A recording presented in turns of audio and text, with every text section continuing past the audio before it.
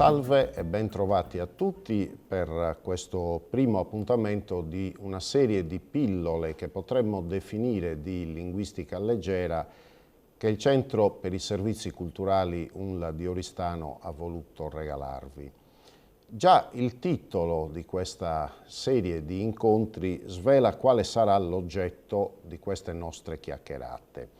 Ci occuperemo difatti, seppur fugacemente, del modo in cui la lingua italiana viene parlata e scritta in Sardegna, senza alcuna pretesa emendativa, di correzione, ma semplicemente perché i parlanti sardi abbiano la consapevolezza del modo in cui utilizzano una delle varietà linguistiche che formano il repertorio linguistico loro, che è appunto la lingua italiana e che in Sardegna, come del resto accade altrove, dappertutto in Italia, assume delle coloriture particolari. Sfruttando ancora il nostro titolo, quindi, noi possiamo anche continuare a dire già è poco l'offio, non fa a vederlo, ma lo diremo sapendo che dietro a quella parvenza esteriore di italiano si cela invece un universo linguistico particolare che è il nostro universo linguistico, formato cioè dalle lingue e dalle varietà di lingua alle quali noi siamo esposti e che emergono intrecciandosi e mescolandosi nelle nostre produzioni linguistiche, sia quando parliamo e spessissimo anche nello scritto. Quando mi capita di riflettere su questi aspetti con gli studenti delle scuole secondarie, mi piace ricorrere a un paragone. Dico sempre che la lingua è un po' come un indumento che decidiamo di indossare o di non indossare a seconda delle circostanze, della situazione in cui ci troviamo. Se sono invitato a una cerimonia, mi abbiglierò in un certo modo. Indosserò un abito da cerimonia, per esempio, oppure indosso una camicia con una cravatta, magari indosso la giacca. Se invece lavoro nel giardino di casa, indosserò un abito da lavoro. Non userò l'abito che ho utilizzato per andare alla cerimonia. Se vado a fare una passeggiata o una corsa, mi infilerò una tuta sportiva, quella che noi nel nostro italiano regionale chiamiamo canadese, con delle scarpe sportive e così via.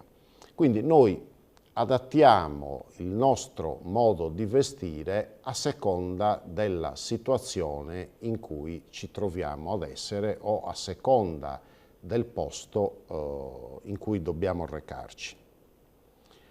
Allo stesso modo noi utilizziamo o dovremmo utilizzare le lingue e le varietà linguistiche che conosciamo a seconda del contesto situazionale in cui ci troviamo, a seconda dell'interlocutore. Quindi non possiamo utilizzare la stessa lingua, lo stesso registro, lo stesso stile di lingua in tutti i contesti in cui ci veniamo a trovare. Se ci troviamo in una riunione ufficiale, penso magari a una seduta del Consiglio regionale o ad una riunione del Consiglio comunale o a un'udienza in tribunale e ci rivolgiamo a delle autorità che non conosciamo, ricorreremo a un registro elevato con uno stile particolarmente controllato. Mentre se ci troviamo a parlare con degli amici al bar o per strada, utilizzeremo invece un livello espressivo colloquiale, informale, con uno stile sciatto e a tratti perfino volgare. Con gli amici, con le persone con cui abbiamo una particolare confidenza, ci si può permettere anche di dire qualche parolaccia. Ci scappa tranquillamente e in quella particolare situazione comunicativa diciamo che ci sta. Ora proviamo a definire il concetto concetto di italiano regionale. Che cos'è l'italiano regionale? Che cosa si intende quando parliamo di italiano regionale? Io mi avvalgo di una definizione sintetica fornita da una studiosa sarda che si è occupata a lungo di studiare le caratteristiche del modo in cui noi sardi utilizziamo la lingua italiana. Parlo della professoressa Ines Loi Corvetto, che ha definito l'italiano regionale come una varietà di italiano parlata in una determinata area geografica che presenta caratteristiche fonetiche, morfologiche, sintattiche e lessicali tali da permettere la sua sensibile differenziazione rispetto all'italiano parlato in un'altra area geografica. Potremmo dire quindi con la professoressa Loi Corvetto che l'italiano regionale è dunque una varietà geografica dell'italiano.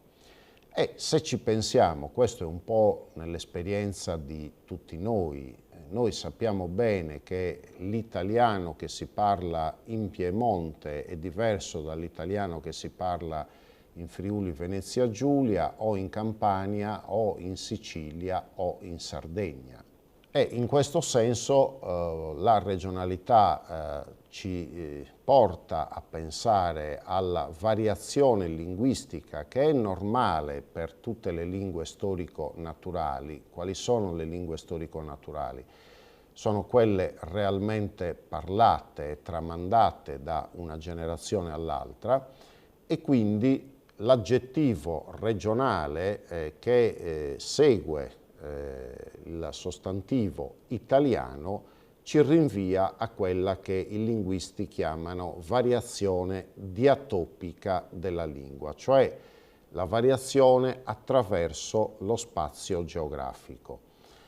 Pensiamo anche alla nostra lingua sarda e nella esperienza di ciascuno di noi il fatto che da un paese all'altro, anche quasi attaccati, pensiamo che so, a Norbello, a Basante e Ghilarza, o pensiamo a Siamanne e Siapicia, a Siamanne e Villa Urbana, ebbene saranno minime, ma cogliamo delle piccolissime differenze sia a livello fonetico, cioè per quanto concerne la pronuncia di qualche suono, sia a livello lessicale.